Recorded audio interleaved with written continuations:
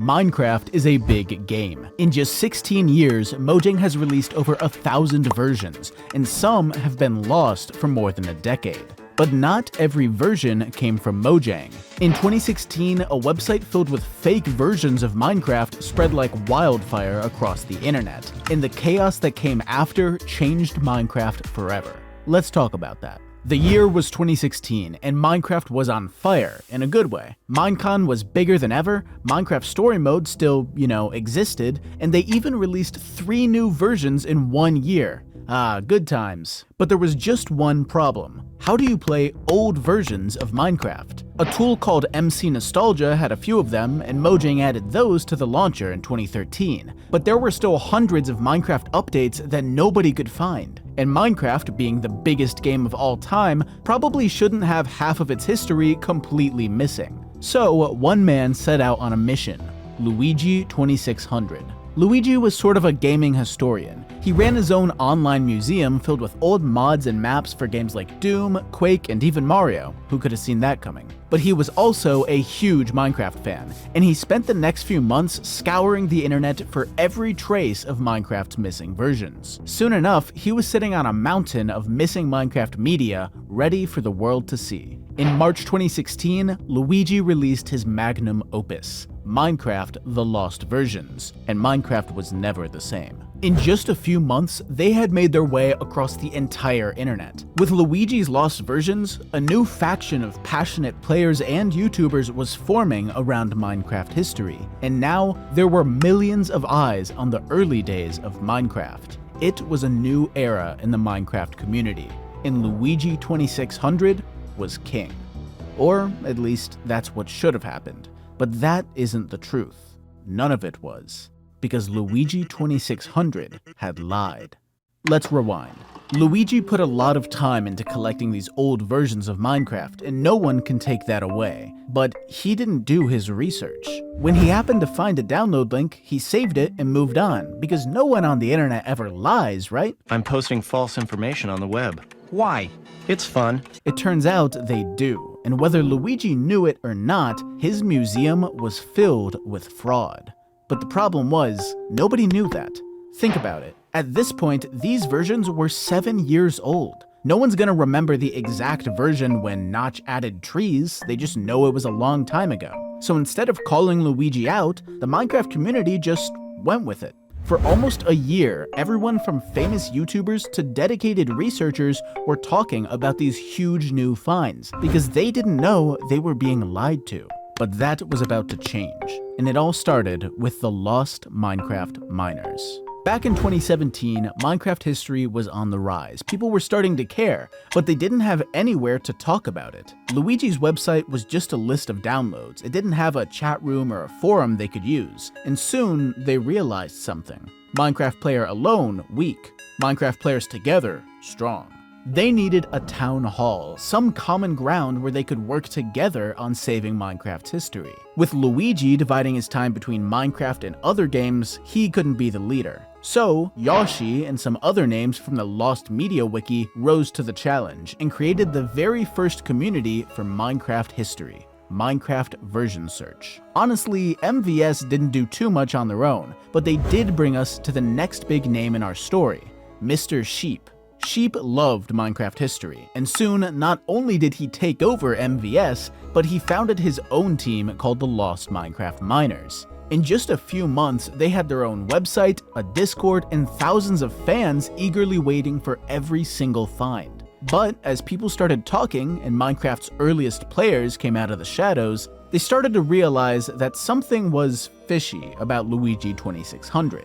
Some of these versions just didn't seem to match what people remembered. In fact, some of them didn't even exist before Luigi shared them with the world. In the end, almost the entire Luigi archive was fake, and they were back at square one.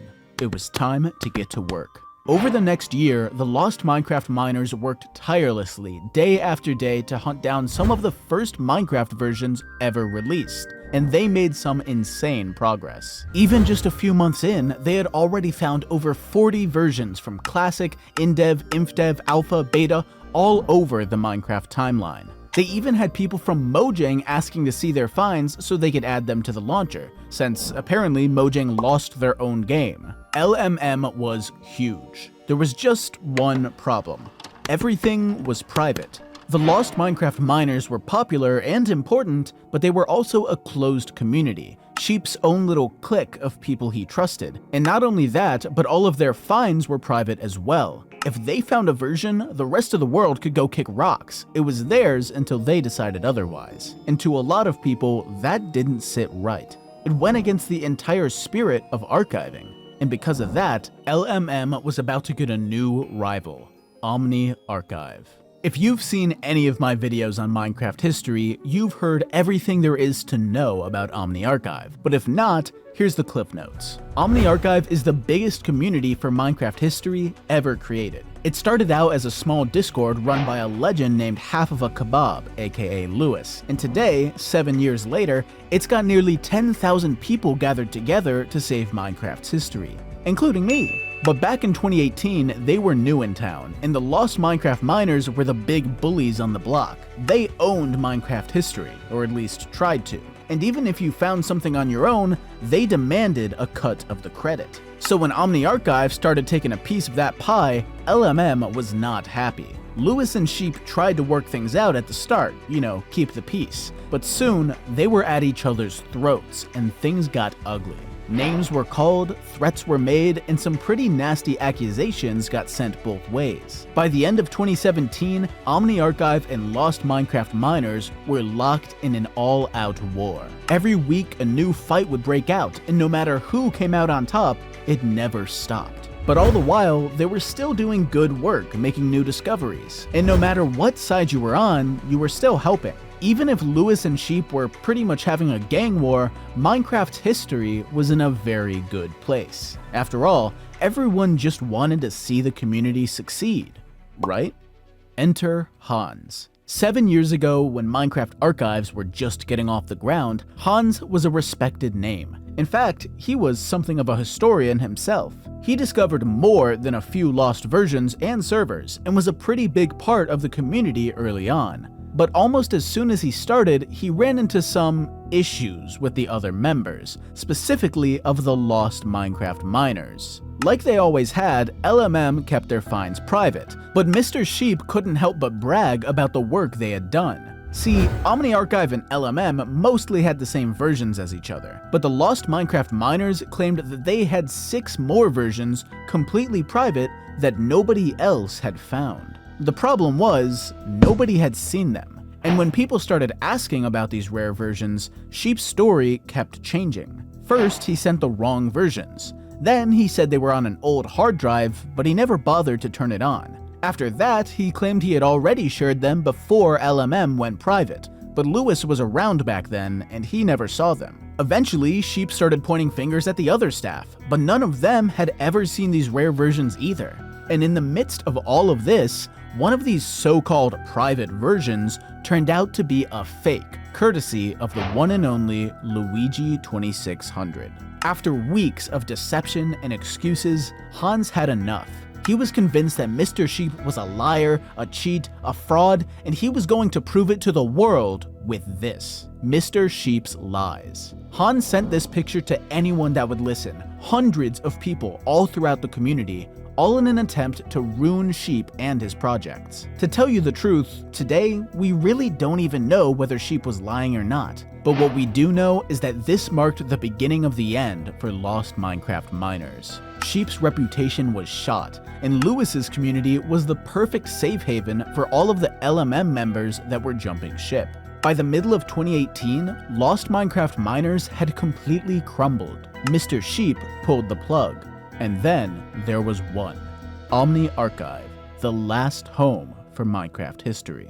For a while, things calmed down. With the archive wars at an end, the community was finally united for the first time, but it didn't last long. Hans had finally got his problems off his chest, and he decided to kick back and relax with his favorite pastime, griefing Minecraft servers. Yeah, he's one of those guys. But while he was running around, blowing things up and burning the evidence, a familiar name happened to see him: Zekken. Zekken was an admin and one of the founding fathers of Omniarchive, and as you can imagine, a guy who dedicates his time to preserving Minecraft history wasn't exactly psyched seeing someone else destroy it. So, Zekken banned Hans from Omniarchive, and when he tried to appeal it with the owner Lewis, Hans says he was told he was just a number. Not a friend, not a valued community member, worthless. And he did not like that. Hans wanted to prove them wrong. He wanted to prove that he was the one in control. So, he burnt it to the ground. Hans deleted Omniarchive's entire collection of Minecraft versions, at least all of the ones after 1.0. Now, he and his own server, Archive of Minecraft, was the only place you could get these old versions, but he planned to do a lot more. The alphas and betas would come next. After that, their entire server. And for the next year, Hans did everything he could to kill Omniarchive, destroying their Minecraft server, using the DMCA illegally to take down their collection, harassing players and staff with some of the most vile imagery you can imagine. In the end, Hans' server never took off, and by 2019 he was gone for good, but the damage was done. People had left, projects had failed, history was lost. Omniarchive could have died right there, but they rose from the ashes. It took time, but the community came together to pick up the pieces and build their archive back to where it was, and the rest is history. Today, Omniarchive is one of the largest Minecraft communities the world has ever seen. Over the years, thousands of players have put in tens of thousands of hours, and it's all paid off with some of the most incredible pieces of Minecraft history. Alpha 1.1.1, the Lost Brickcraft spin-off, even the very first Minecraft world. But at the end of the day, none of this would have ever been possible if not for one man, Luigi 2600, and his fake versions that changed Minecraft forever. Thank you all for watching, and have a good one. Peace.